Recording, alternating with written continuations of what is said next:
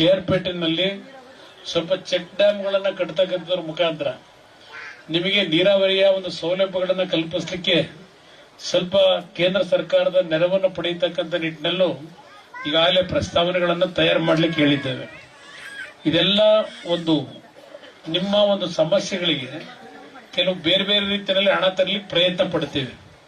ಮಂಜು ಅವರು ಹೇಳಿದಂತ ರೀತಿಯಲ್ಲಿ ಇವತ್ತು ವಿರೋಧ ಪಕ್ಷದಲ್ಲಿ ಶಾಸಕರಿದ್ದಾರೆ, ಬಹುಶಃ ಅವ್ರಿಗೆ ಕಷ್ಟ ಇದೆ ಕೆಲಸ ಮಾಡಲಿಕ್ಕೆ. ಯಾಕಂದ್ರೆ ಈಗಿನ ಸರ್ಕಾರದಲ್ಲಿ ಆಡಳಿತ ಪಕ್ಷದಲ್ಲಿರ್ತಕ್ಕಂಥ ಶಾಸಕರ ಕ್ಷೇತ್ರಗಳಲ್ಲೇ ಅಭಿವೃದ್ಧಿ ಅಂತಕ್ಕಂಥದ್ದು ನಾವು ಕಾಡ್ಲಿಕ್ಕೆ ಸಾಧ್ಯ ಆಗಿಲ್ಲ. ಈಗ ಮನೆ ಕೊಡ್ತಕ್ಕಂಥ ವಿಷಯದಲ್ಲಿ ಹೇಳಿದ್ರು, ಇವತ್ತು ಈ ರಾಜ್ಯದಲ್ಲಿ ಆಶ್ರಯ ಮನೆ ಕೊಡೋದನ್ನೇ ಸರ್ಕಾರ ಮರೆತೋಗಿದ್ದಾರೆ. ಕಾರಣ ದುಡ್ಡಿಲ್ಲ. ಕಳೆದ 5-6 ವರ್ಷದಿಂದ ಇವತ್ತು ಮನೆಗಳನ್ನ ಕೊಡ್ತಕ್ಕಂಥಲ್ಲೂ ಸಹ ಸರ್ಕಾರ ಇವತ್ತು ಯಾವುದೇ ಆಶ್ರಯ ಸ್ಕೀಮ್ನ ಮನೆಗಳನ್ನ ಬಿಡುಗಡೆನೂ ಮಾಡಲಿಲ್ಲ. ಅದು ಒಂದು ಹಾಳಾಗೋಗ್ಲಿ. ಇವತ್ತು ಎಷ್ಟು ಗ್ರಾಮ ಪಂಚಾಯಿತಿಗಳಿಗೆ ಎಷ್ಟು ಅನುದಾನ ಕೊಟ್ಟಿದ್ದಾರೆ. ತಾಲೂಕ್ ಪಂಚಾಯಿತಿ, ಜಿಲ್ಲಾ ಪಂಚಾಯಿತಿ ಚುನಾವಣೆನೇ ನಡೆಸಲಿಲ್ಲ 3-4 ವರ್ಷ. ಇವತ್ತು 5 ವರ್ಷ ಆಯ್ತಾ ಬಂತು. ಇಮ್ಮೆ ಬಂದ್ರೆ 5 ವರ್ಷ ಆಯ್ತು. ತಾಲೂಕ್ ಪಂಚಾಯಿತಿ ಚುನಾವಣೆ ಇಲ್ಲ, ಜಿಲ್ಲಾ ಪಂಚಾಯಿತಿ ಚುನಾವಣೆ ಇಲ್ಲ.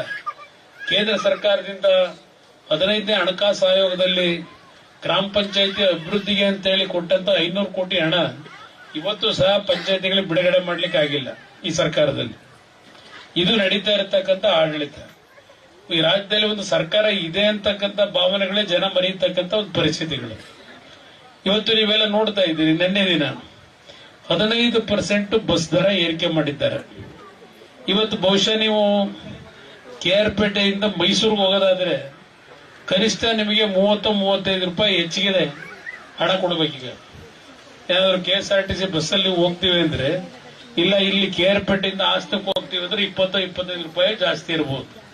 ಈಗ ಎಲ್ಲ ಕಡೆ ಇವತ್ತು ಬೆಂಗಳೂರಿಂದ ಮೈಸೂರಿಗೆ 90 ರೂಪಾಯಿ ಜಾಸ್ತಿ ಆಗಿದೆ. ನಮ್ಮ ಹೆಣ್ಣು ಮಕ್ಕಳಿಗೆ ಫ್ರೀ ಬಸ್ ಕೊಡ್ತೀವಿ ಅಂತ ಹೇಳಿ ಇವತ್ತು ಮತ್ತೆ ಇನ್ನೊಂದು ರೀತಿಯಲ್ಲಿ ಈ ಬೆಲೆ ಏರಿಕೆಯನ್ನು ಮಾಡಿದ್ದಾರೆ. ಬಸ್ಸಿನ ದರನ, ನೀರಿನ ಮೇಲೂ ದರ ಈಗ ಜಾಸ್ತಿ ಆಗ್ತದೆ. ಈಗ ಸದ್ಯದಲ್ಲೇ ಹಾಲಿನ ದರನು ಜಾಸ್ತಿ ಮಾಡ್ತಾರೆ. 5 ರೂಪಾಯಿ ಮಾಡಬೇಕು ಅಂತ ಹೊರಟಿದ್ದಾರೆ. ಆದ್ರೆ 5 ರೂಪಾಯಿ ಜಾಸ್ತಿ ಮಾಡಿದ್ದು ನಿಮಗ್ ಕೊಡೋದಿಲ್ಲ ದುಡ್ಡನ್ನ. ನಿಮಗೇನು ಪ್ರೋತ್ಸಾಹಧನ ಅನ್ನೋದೇ ಬಂದು ಬಹುಶಃ 5 ತಿಂಗಳಾಯ್ತು 6 ತಿಂಗಳಾಯ್ತೋ ಗೊತ್ತಿಲ್ಲ. ಸುಮಾರು 600-700 ಕೋಟಿ ಹಣ ಇನ್ನೂ ಬಿಡುಗಡೆ ಆಗಲಿಲ್ಲ. ಹಾಲನ್ನ ಉತ್ಪಾದನೆ ಮಾಡತಕ್ಕಂಥ ನಮ್ಮ ತಾಯಂದ್ರಿಗೆ ಇವತ್ತು ಪ್ರೋತ್ಸಾಹಧನ 5 ರೂಪಾಯಿ ಏನು ಕೊಡಬೇಕು, ಆ ದುಡ್ಡು ಬರಲಿಲ್ಲ. 2,000 ರೂಪಾಯಿ ಕೊಡೋದನ್ನೇ 2,000 ಕೊಟ್ಟು ಅಂತ ಹೇಳ್ತಾರೆ.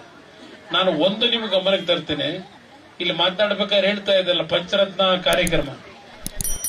ನನ್ನ ಒಂದು ಯೋಜನೆಗಳನ್ನ ನಮ್ಮ ಜನ ನೀವು ಅರ್ಥ ಮಾಡ್ಕೊಳ್ಳಿಲ್ಲ.